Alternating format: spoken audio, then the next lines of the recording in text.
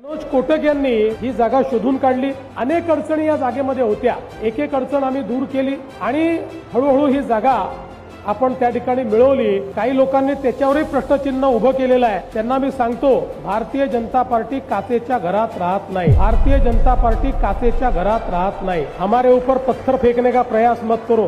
मला पहिल्या दिवशी माहिती होतं की आपण ज्या वेळेस कार्यालयाकरता जागा घेऊ, काही नतद्रष्ट लोक बसलेलेच आहेत, रोज ते प्रश्न विचारतील। त्यामुळे मी पहिल्या दिवशी मनोजला सांगितलं होतं, मनोज सरकारी जागा नको, जी जागा आहे ती विकत घेऊ आणि विकत घेताना महानगरपालिकेचे सगळे नियम हे आपण पाळू, कारण इकडच्या सगळ्या जागा या लिस्टच्या जागा असतात, त्याची परमिशन घ्यावी लागते, पैसे भरावे लागतात। म्हटलं सगळ्या गोष्टी पूर्ण नियमाने, आपल्याला एकाही नियमात सूट नको, आपल्याला एकही शॉर्टकट नको, आपल्याला एकही कन्सेशन नको। जे काही एखाद्या सामान्य माणसानी किंवा एखाद्या बिल्डरने देखील जर एखादा प्लॉट घेतला तर त्याला जे जे करावं लागेल ते सगळं भारतीय जनता पार्टी या ठिकाणी करेल आणि आम्ही नीट सगळ्या परवानग्या घेत, सगळ्या प्रकारचे पब्लिक नोटिफिकेशन असेल, नोटिसेस पाठवणं असेल, जे जे करावं लागतं ही प्रत्येक गोष्ट करून भारतीय जनता पक्षाने स्वतःचे पैसे खर्च करून ही जागा विकत घेतलेली जागा आहे।